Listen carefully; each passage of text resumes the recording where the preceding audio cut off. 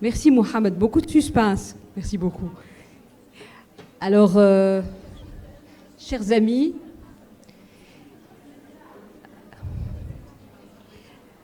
donc on démarre notre symposium avec le symposium sponsorisé par Air Liquide, nos amis qui ont toujours répondu présents pour nous épauler, d'être présents avec nous, de vrais partenaires, Lowenstein. Et aujourd'hui, comme avait dit Mohamed, ils nous ont ramené Claudia Lantop. Ça fait des années qu'on vous attend. Il y a eu le Covid, on n'a pas pu venir. Donc voilà. Alors je vous présente Claudia Lantop. Claudia, elle est pneumologue. Elle est à la Pitié et c'est une personne qui est proche, mais vraiment très proche de ses patients.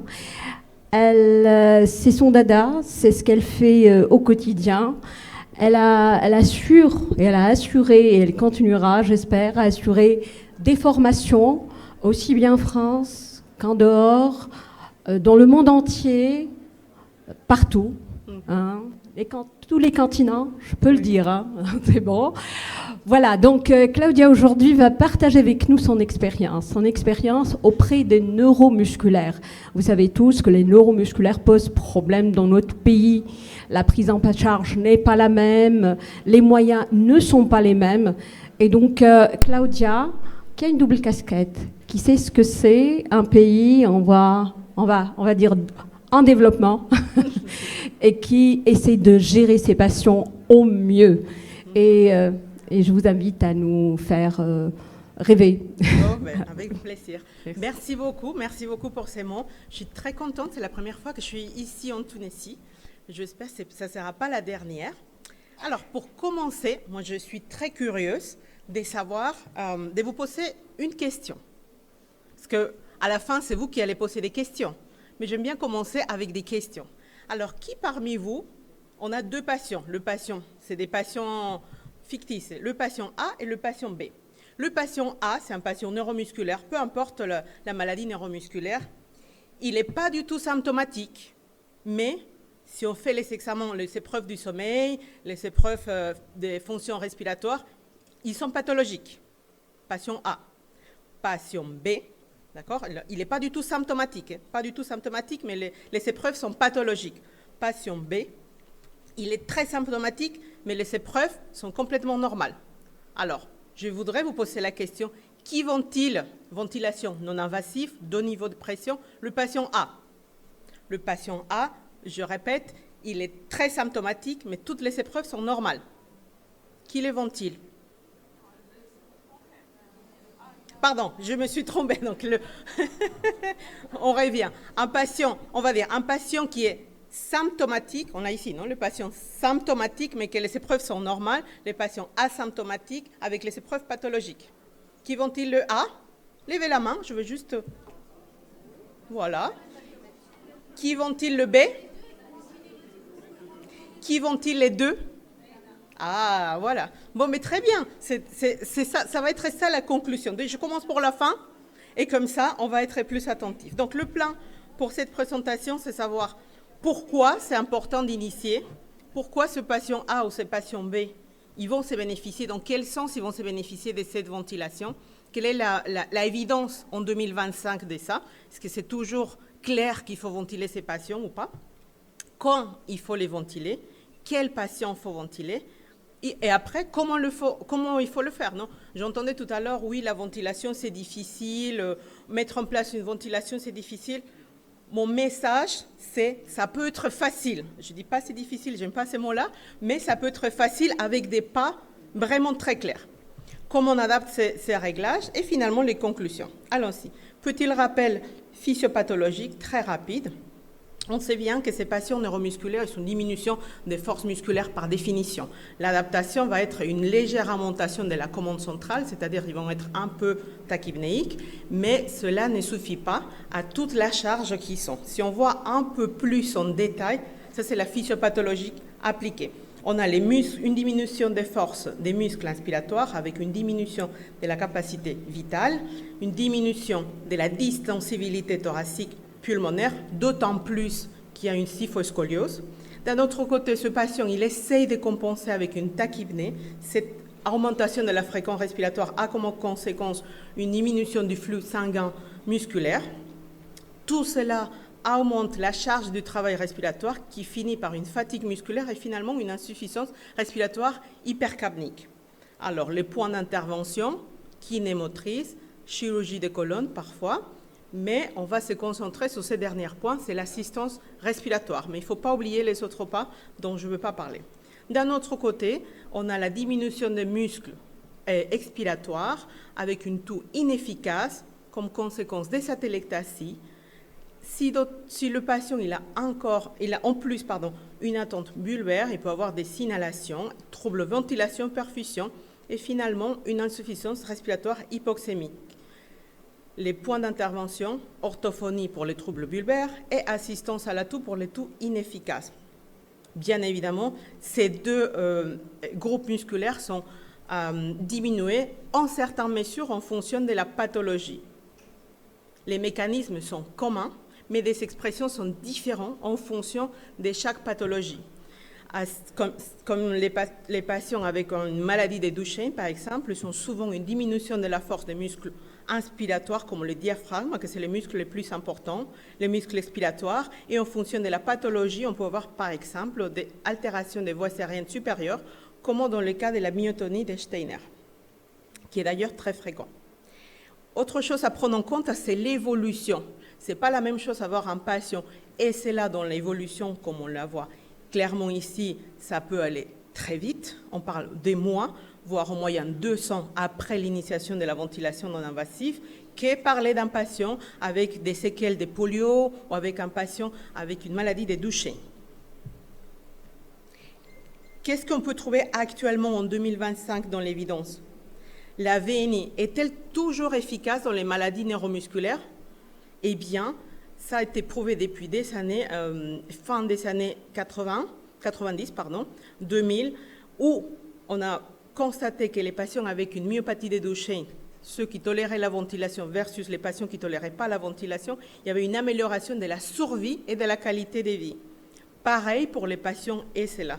Cette étude a été faite en 2006, je n'ai pas la référence ici, mais ça a été fait en 2006, c'est-à-dire que depuis 2006, ça a été prouvé que la ventilation chez les patients ESELA améliore la survie et la qualité de vie. Ça fait combien d'années jusqu'à là? Ça fait 19 ans 19 ans, c'est un traitement qui a été prouvé. Et dans des pays, comme bien l'a dit Leïla, en fait, au Pérou encore, il y a des patients qui ne peuvent pas bénéficier de ces traitements pour des raisons des remboursements, XY, des connaissances médicales aussi, parce que, comme vous avez dit, ce n'est pas évident. Et ma mission, c'est justement ça, c'est aller de pays en pays pour transmettre de la façon plus facile possible, sans dire que c'est facile, mais de la façon plus facile possible, la ventilation non invasive. Donc, et avec un niveau de preuve très important. C'est une étude randomisée, contrôlée, amélioration de la survie et de la qualité de vie. Mais quand est-ce qu'il faut ventiler les patients? On ventile le patient A ou on ventile le patient B? Ou on ventile les deux? Alors, on va essayer de répondre à cette question. D'abord, la clinique. C'est très important de savoir, la clinique, ça ressemble beaucoup à la clinique d'un syndrome d'apnée du sommeil. Avec deux points importants, c'est que les patients, ils vont être assez souvent dyspnéiques et somnolents.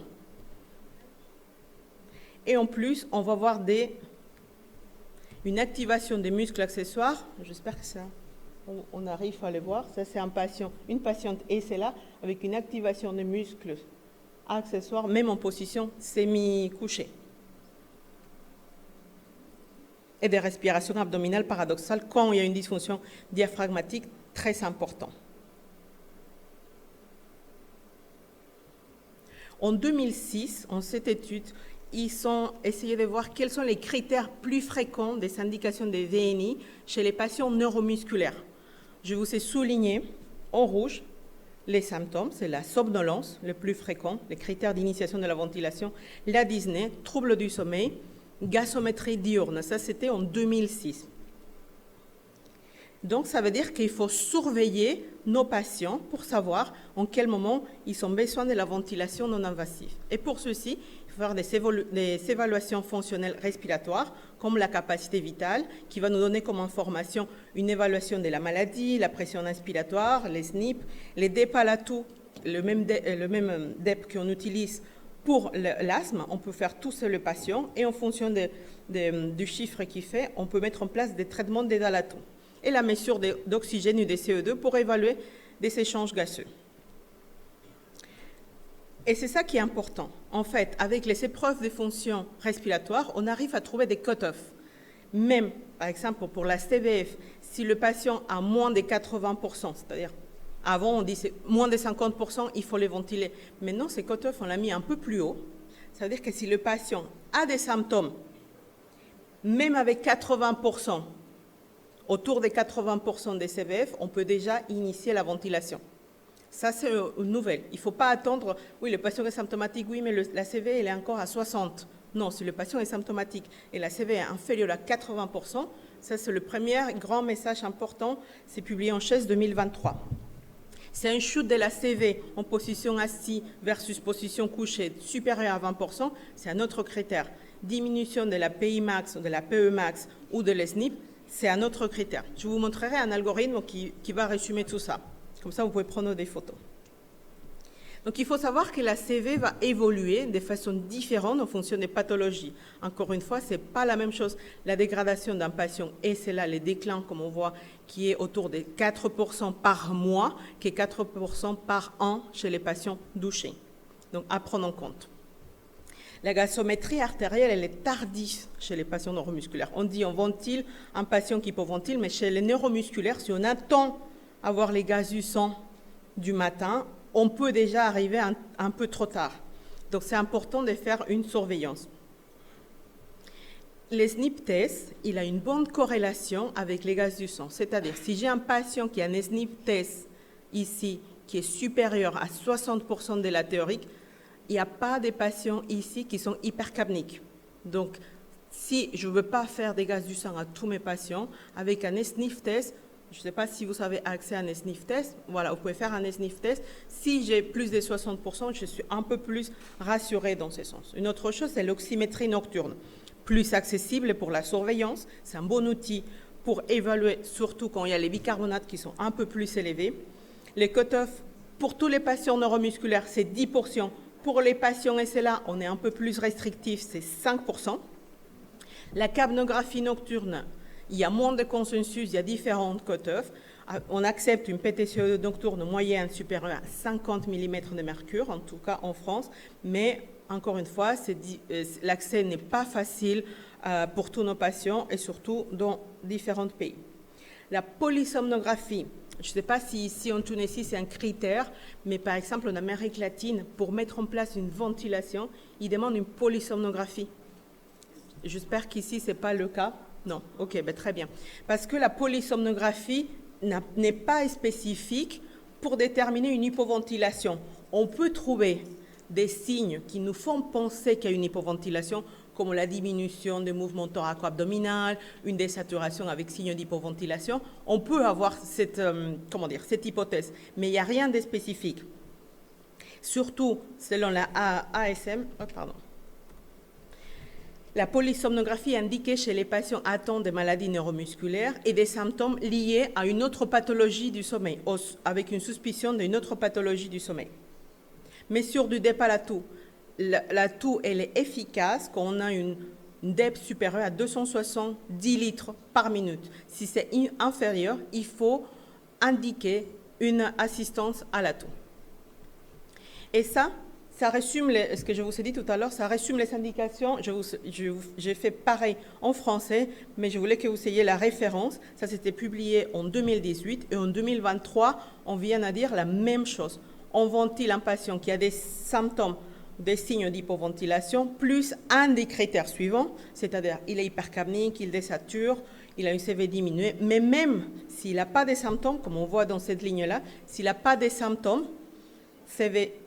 Ah, c'est juste à l'inverse. CV, c'est ici à l'inverse. Sans symptômes, d'accord? Donc, sans symptômes, on peut aussi les ventiler. C'est juste à l'inverse. Ensuite, comment on fait l'adaptation de ces patients? D'abord, il faut choisir le ventilateur.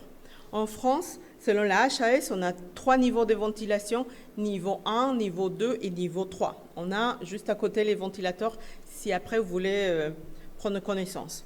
Donc, le niveau 1, c'est pour des malades qui utilisent la ventilation que la nuit. Niveau 2, c'est pour les patients qui utilisent la nuit et une partie la journée. Et niveau 3, c'est des patients qui sont dépendants de la ventilation plus de 16 heures. Donc, pour nos patients neuromusculaires qui sont une évolution rapide, nous, on utilise à partir du niveau 2. Et je vous montre ici, c'est les machines qu'on a juste disponibles. Niveau 2, c'est-à-dire ce type de machines qui ont déjà une batterie interne. Pour les malades avec une SLA, c'est ce qu'on utilise. Pour les autres pathologies, par exemple les patients Duchenne qui vont évoluer plus lentement, pour les patients kyphoscoliosis, on peut se permettre de commencer avec un niveau 1. Et pour les patients qui sont déjà dépendants ou qui sont ventilés de façon invasive, on privilégie les niveaux 3. Alors, ça c'est pour les ventilateurs. Quel mode de ventilation? Ça dépend de la dépendance du patient.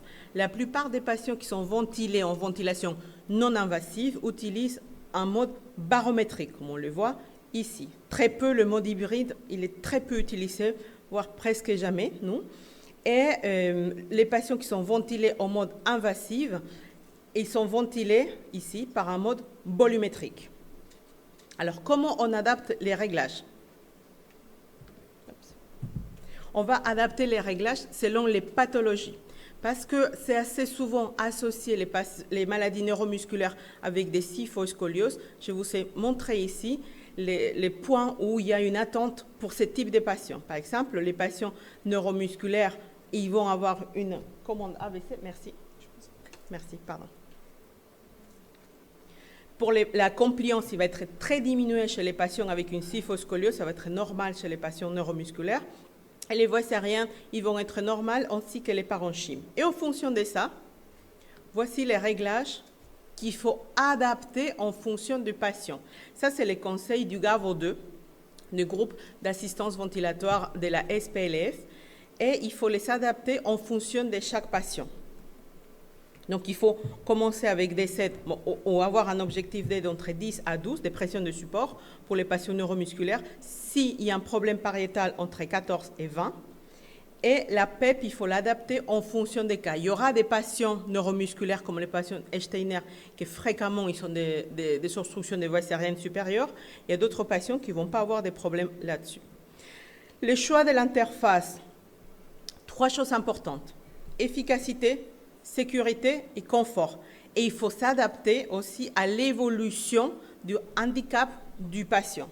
Et aussi l'handicap du patient, ça veut dire que le patient il va avoir besoin d'être ventilé pendant la journée. Utiliser des interfaces différentes. Et je vous ai pris ici une vidéo faite par un des 2 collègues. C'est très important. Juste ici. Ça ne marche pas la vidéo? Ah voilà, ça marche. Il n'y a pas d'audio, c'est juste voir les gestes. Qu'est-ce qu'il faut? Le patient, ce n'est pas un patient, c'est un collègue, d'ailleurs un collègue, que je remercie pour la vidéo. Et donc, il faut l'apprendre comment faire pour respirer avec une pipette. Il faut juste que le patient soit en contact avec la pipette et l'air, il va venir, et il faut expirer à l'extérieur. C'est ce que je suis en train de l'expliquer.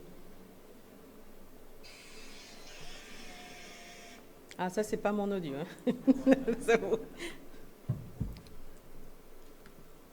Très bien.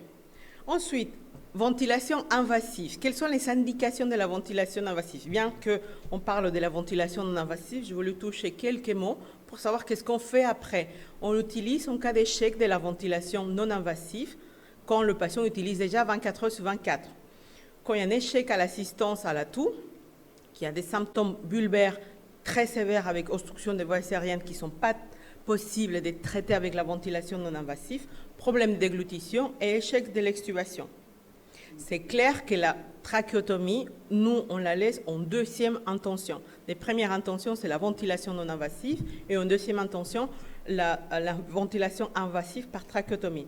Elle améliore aussi la survie et la qualité de vie des patients, des soignants à voir, parce que c'est quand même une contrainte d'avoir un patient trachéotomisé à la maison, mais ça nous donne la possibilité d'un retour à domicile. Mais c'est très important de prendre en compte la lourdeur des soins, la difficulté des communications et des retours à domicile, par ailleurs, l'impact psychologique, économique et social. Mais c'est une alternative pour certains patients. Finalement, les soins palliatifs, c'est vraiment à prendre en compte les patients neuromusculaires. Ça dépend de l'évolution qu'ils vont avoir. Très important d'avoir une discussion avec eux à ces sujets. Il faut savoir qu'il existe des traitements symptomatiques de la dyspnée autres que la ventilation non invasive, comme les opioïdes, si le patient n'est pas complètement soulagé sous ventilation. Il faut savoir que la ventilation non invasive, par exemple pour les patients SLA, il va soulager la dyspnée. Mais si ce n'est pas le cas, il ne faut pas hésiter à mettre en place des traitements alternatifs comme les opioïdes. Oh, c'est bon. Aussi, une discussion en quel moment on peut arrêter la ventilation et procéder à une sédation à la demande du patient lorsque la législation locale l'autorise. Et présence continue d'un médecin ou d'une infirmière lors de ces traitements. Donc, en conclusion, j'espère que je vous ai convaincu que la VNI améliore significativement la survie et la qualité de vie des patients neuromusculaires. Les critères de mise en route sont clairs, symptômes plus un critère fonctionnel ou un critère fonctionnel même s'il n'y a pas de symptômes. Suivi régulier, clinique et de la fonction respiratoire par des preuves de fonction respiratoire, oxymétrie nocturne pour identifier les patients éligibles à la VNI. Les réglages de la VNI doivent être individualisés, prenant en compte les conseils du GAVO 2. Les choix d'interface permettant une flexibilité, sécurité et un confort. Adaptation à la progression de la maladie, pièce buccale au masque nasal. Et la trachéotomie en deuxième intention en cas d'échec des VNI. Merci pour votre attention et je pense qu'on est en temps.